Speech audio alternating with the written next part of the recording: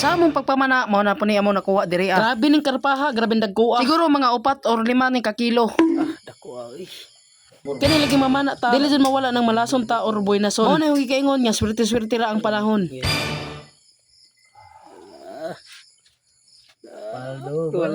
Paldo mo. Karpa ba idol? Paldo.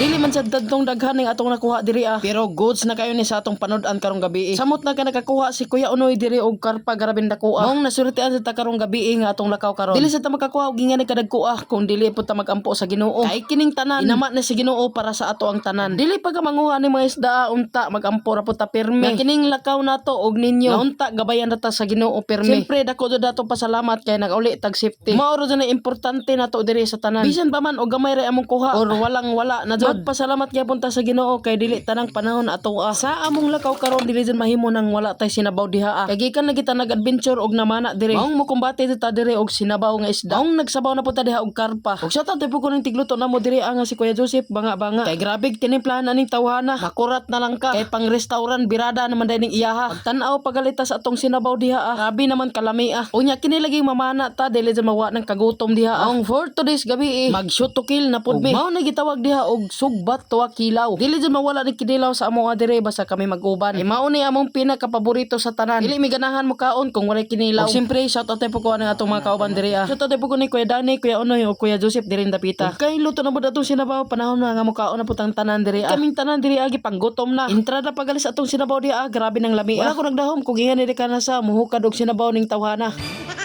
Karami mag. Pa-slider. Tama. Panahon na siguro nga mga on na pud mi dire. Ug amo sa ning hukaron tanan among mga putahe dire. Kaning tanan nga nasa kaldero. Ato na pa naibutang diha para kining pagkauna ma-display na. Ug siyempre kaming tanan dire agi panggutom na. Basta lagi kita magkugi, makakaon jud tag-ingan ni kalamia nga sudan. Ug dili pa na mawala ng kinilaw diha kay signature na sa amo. Dili na pwedeng kalimtan kay paborito namon ang tanan. Ug siyempre magpasalamat po ta sa Ginoo nga nagrasya nga atong giatubangan karon. Ug labi na sa among lakaw nga permi safety. Siyempre paghukad sad mo diha kay para dongan taniyo kaon. Kaming tanan dire agi panggutom na. Kung niabot ka ning video og salamat debot sa pagsuporta. Amping mo diha.